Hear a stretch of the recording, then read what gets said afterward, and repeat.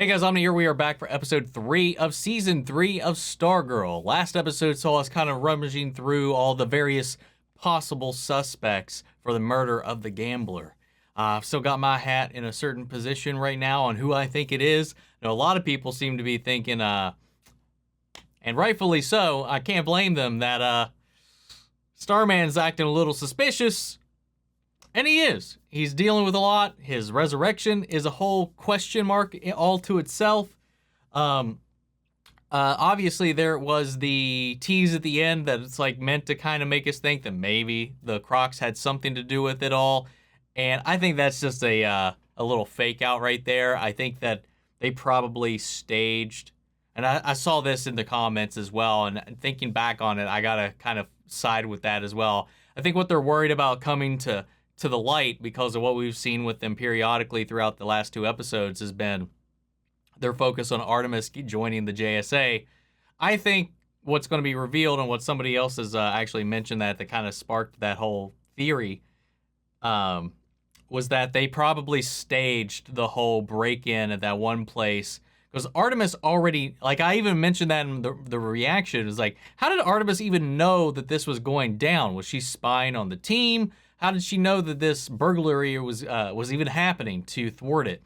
Turns out the working theory as it stands right now is what they're afraid of coming to light is that they paid for that to happen. They staged that event as Artemis's tryout for the JSA, which is why immediately, like the next day, Paula was there to Barbara being like, so, Courtney talk about last night? Huh?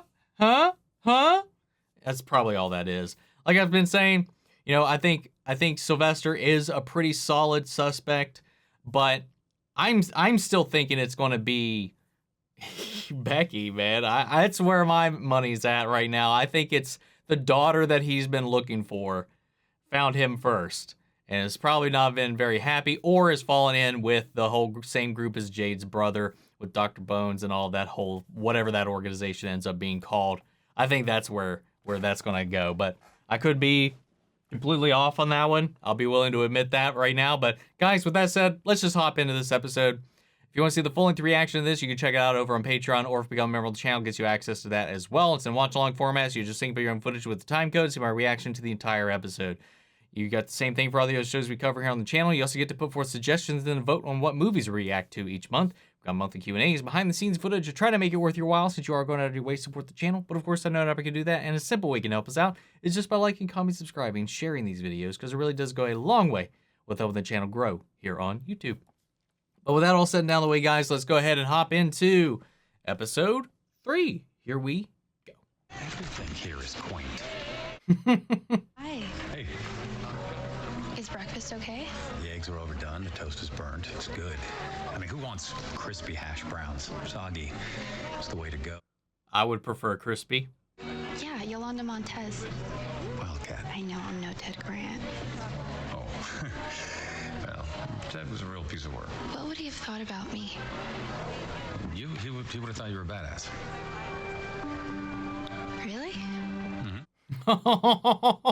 He saw people for who they were and didn't let them slide just because it was a polite thing to do. In the way you don't let Dragon King's kid off the hook. It's very Ted. Courtney's been telling you to find balance, hasn't she? I can't be Starman 24/7 anymore. It's not like there's danger around at every corner.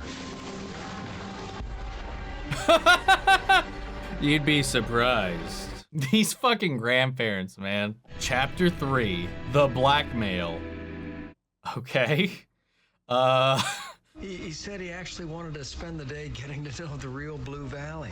Wow, is he going to be disappointed? I disagree with you, Mike, because I think Blue Valley, it's the perfect place to hit the old reset button. What do you work for, the Chamber of Commerce? Oh, I agree, Pat. Balance is important. Starting Oh, with a no. balanced breakfast. Morning, Whitmore. Quinoa and tofu bowls. Oh, no.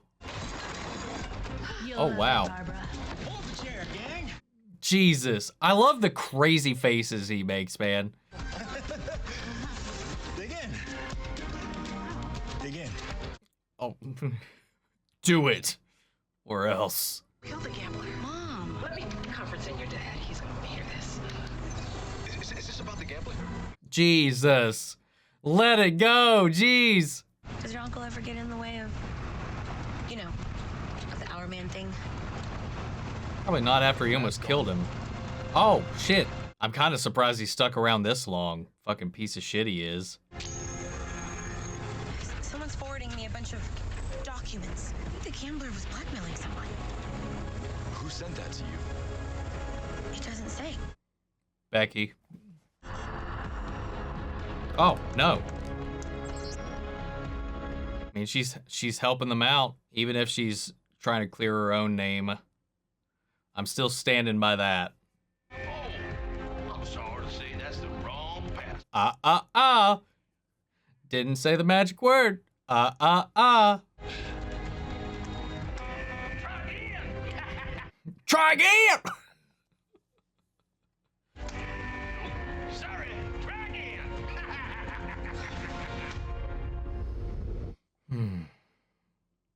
She needs that files of her father.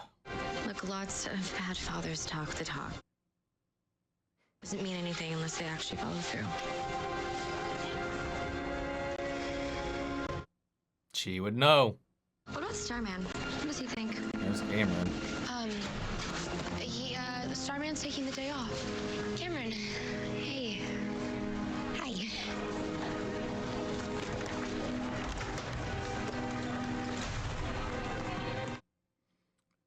What a cold shoulder. I've probably used that joke already before. Paula? Yep. Jesus. You can almost like time it. The German chocolate cake was a big hit at the Women's Rotary Club. They want me to give an initiation speech at tomorrow's meeting. I don't know how to do that. What do I talk about? Whatever it is the Women's Rotary Club does. What do they do? I don't know. You want to be part of Blue Valley, right? So tell them how much the community is important to you. Read the new proposal. Yeah? Yeah. Oh, we're slipping. Maybe next time. Who the fuck is this guy who keeps popping up? Fuck this dude. Such an asshole. And a cartoon character. Have to get back to work. Of course. Good luck, Barbara. Yeah, you too. She gonna go beat the shit out of Tim? Horseshoeing, pig breeding skills a plus. They always are. You know, my second cousin Melvin has a pig farm outside of Mason County. Shocker. One thing he taught me was how quick someone will write off a good thing. Some doesn't work the way they want it to, they just toss it away. You see, junk is junk. Salvage is an opportunity to turn it into something new. I like that a lot, actually. It's gonna be great. He was looking at Crusher's ad. Wait, what? Like, are you serious? That's who the gambler's been blackmailing? We can't tell Sylvester. Why not? Because he'll want to rush right in like you. Like he did with the Shade. If we're going to take Artemis's parents away from her again, we've got to be sure. Do you have a moment? I spoke with Mr. Bassinger this morning, and he said that you haven't been painting. Is everything all right? Yeah, everything's fine. I've just been a little bit preoccupied. I dealt with things, too, in school that I've carried. So, if there's anything you'd like to talk about, I'm happy to listen. I said I'm fine, so leave me alone. Don't be a jerk. She's only trying to help. Sorry, Miss Woods. That's quite all right.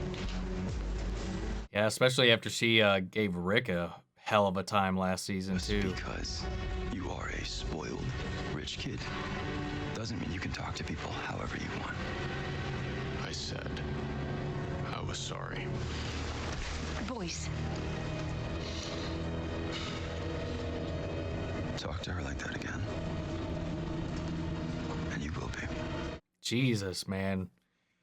After his father died and he found out he's got powers, man, he's 180'd. Then again, his power seems like it's actually like hurting him, though. Is he gonna fucking freeze his car? Oh. Or good old icicle his tire out. By the time Rick gets to his car, man, it's gonna be melted too. What am I gonna be besides Starman? Get a paper route, like Mike. Is Courtney here? She's not back from school yet. Thought we were supposed to meet here for a JSA meeting. A JSA meeting. About what? About how the gamblers blackmailing the Crocs. Didn't they tell you? Oh. Don't take it personally. They leave me out of stuff. Yeah, she's I have a good idea. Sylvester, how about we go get the Crocs right now? You and me. Hey, that sounds terrible. Yay. I don't trust you any more than I trust the Crocs, the Shade, or I did the Gambler. In fact, I trust you less. I'm a member of the Justice Society of America now. Why don't you go find someone who's impressed by a dime a dozen cheerleader in green spandex with daddy issues? Careful on the stairs with those shoes. If you fall, it'll be like falling off an overpass. Wow. God damn, that backfired. Yeah, she's like playing her own little investigatory game here. By spurring him on this way, feeding information to Beth. But, well, Starman took the bait regardless. And Mike overheard. Okay. Hey, one gets a cheat day, babe. Is that what you call it? Oh, God. Did you kill the Gambler on a cheat day? Day like the Purge? I haven't seen it, but I read a summary online.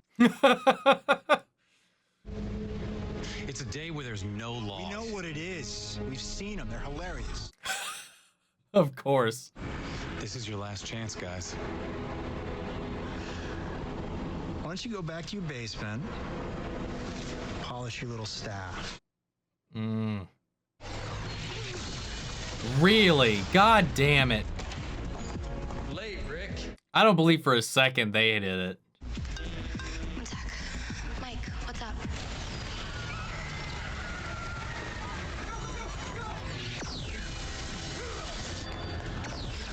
Jeez, man.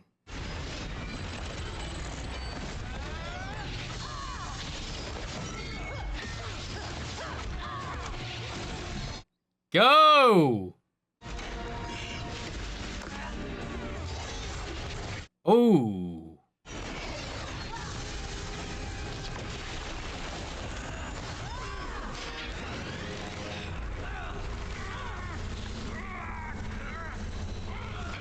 Ooh.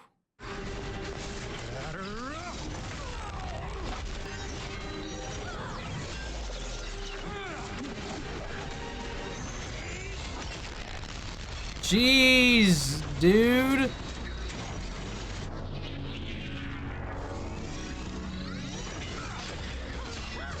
This is a badass fight, though.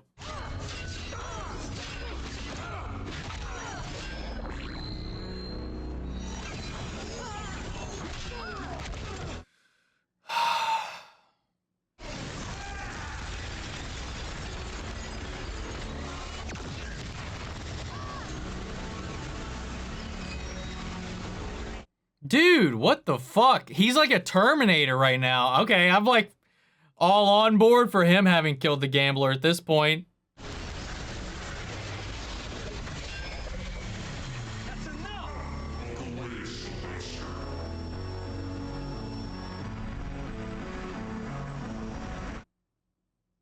The Crocs, they didn't do it. And even if they had, this isn't the way to deal with things. You don't destroy everything around them. It sends the wrong message. To who? Courtney.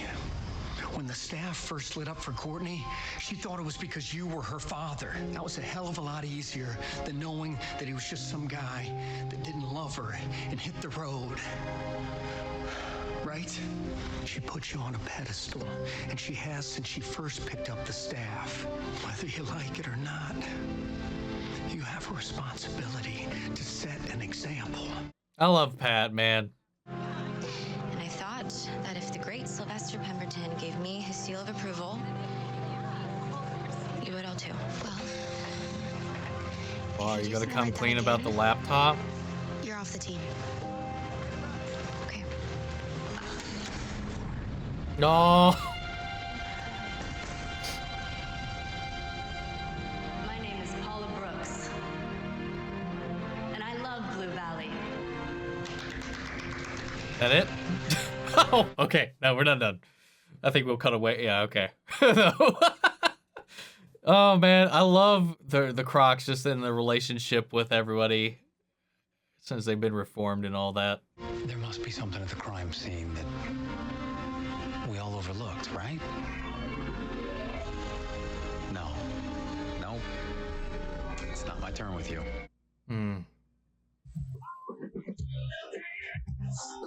This is such a weird fucking song choice.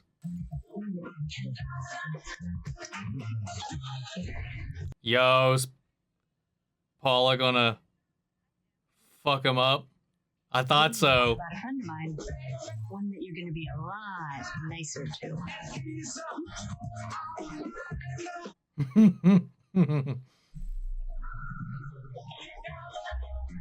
What the fuck?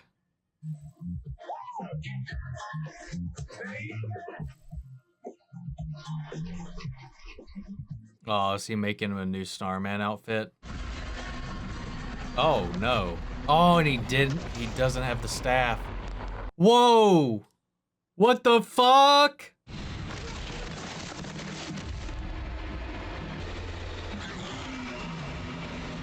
Has the same sound again. It doesn't sound like Grundy. What is what is it? God damn it. They got monitors set up. They're watching everything the gambler was watching.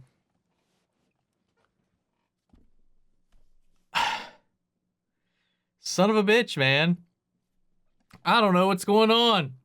I got nothing now. But I can't see them, you know, resurrecting Sylvester from the dead just to give him like 3 episodes and then kill him off. So I'm not sure what's going on there. But they did make the conscious choice, or make him make the conscious choice after finally trying to be better. And actually finally leaving Cosmo behind and leaving unprotected. That was when shit gets real. Look big and buff. It kind of grumbles. Kind of like, I don't know. It definitely sounds a little like animalistic.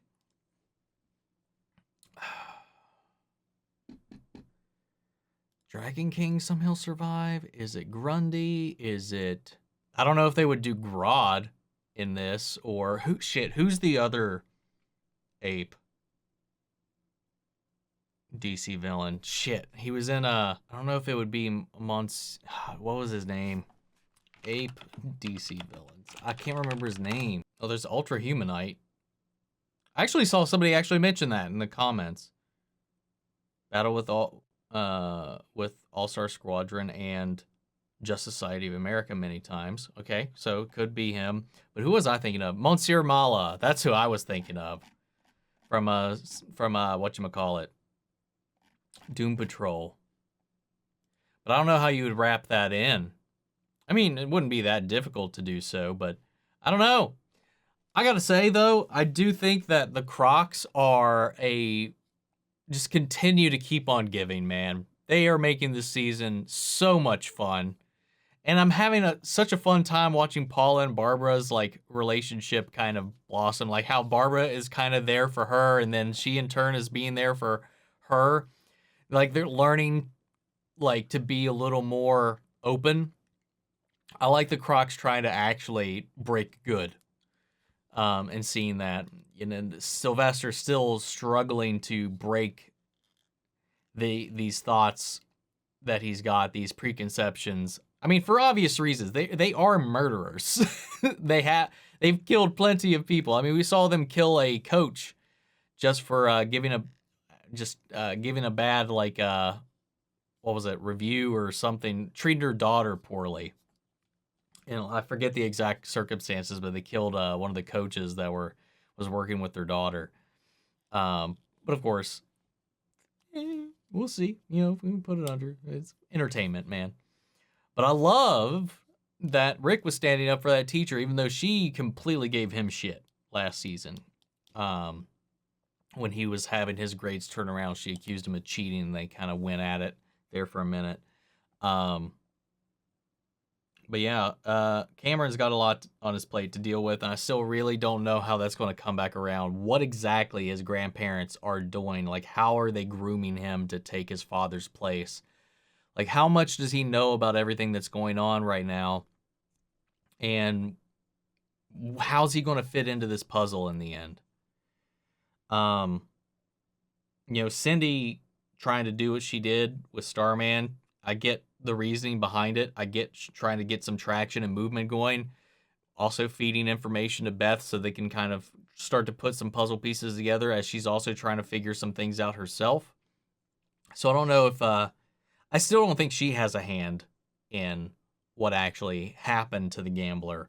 I think she's trying to, again, clear herself and prove her worth on her own. Because right now she's just not trusted. Let alone does she really trust them to figure everything out right now, I don't think either. Maybe I'm giving her too much of a benefit of the doubt, but I'd like to think that the people that Courtney believes in are worth believing in right now. And, you know, she's trying to access Dragon King's files. And I assume maybe to find out maybe about her mother, maybe to find out about her, what was done to her, how she might be able to maybe undo or change or augment herself further, or maybe she's trying to, I don't know. I don't know what she's after, to be honest, but I want to believe it's not for like a nefarious cause. But there is a third party out there that is creeping around, that is just, slung Sylvester into the sky. So yeah, man, I don't know. I will say, I think that was one of the most badass fights that we've had in the show thus far, was that between Sylvester and the Crocs in the supermarket. The wire work was a little weird at times, but throughout most of the fight, it was just baller, man. It was really good. I love the odd physics for Tigress and the way she like can just like skate across and like she can just defy like logic and motion and stuff, like where she just like jettisoned herself backwards across the floor. It's so interesting. I know she's like a meta and stuff in this, but like it's just kind of fun seeing the way her and her husband fight. And Starman, he was like in full-on Terminator mode, which makes me wonder if like maybe he's resurrected in some sort of like sleeper agent fashion. Maybe like under certain circumstances or certain emotions, he just kind of activates. And then he like fucking had the fucking staff hovering over them like a Predator style, about to just fucking execute them in the end there. But it was wild. That was a really cool fight. It was a really good episode in general, but yeah, man, I don't know anymore, man. I'm open to whatever at this point, so fuck. You know, I mean, maybe Becky still has a part to play in this, but unless that's Becky. That would be crazy. But yeah, man, what do you all think? How'd you feel about the episode? Sound off the comments. Let me know your thoughts down below. We'll carry on the conversation after the video. Feel free to join us in our Discord. We can talk about it there as well. Links to that in all my social description box below. Follow me in each and every one of those. If you want to see the full-length reaction, remember it's on Patreon, or if you become a member of the channel, gets you access as well. And speaking of, before we go, I want to shout out our channel legends, Manny Sher, Ryan, Karen, Jason Coleman, Philly Vane, York, Corey Scott, Margaret Grace, Mary Bradley, Melita, Robert Anguiano, and Raven McGann. Thank you guys so much for your continued support. But that's it for this video, guys, and I'll see you all next week with the next episode. Take care, everybody.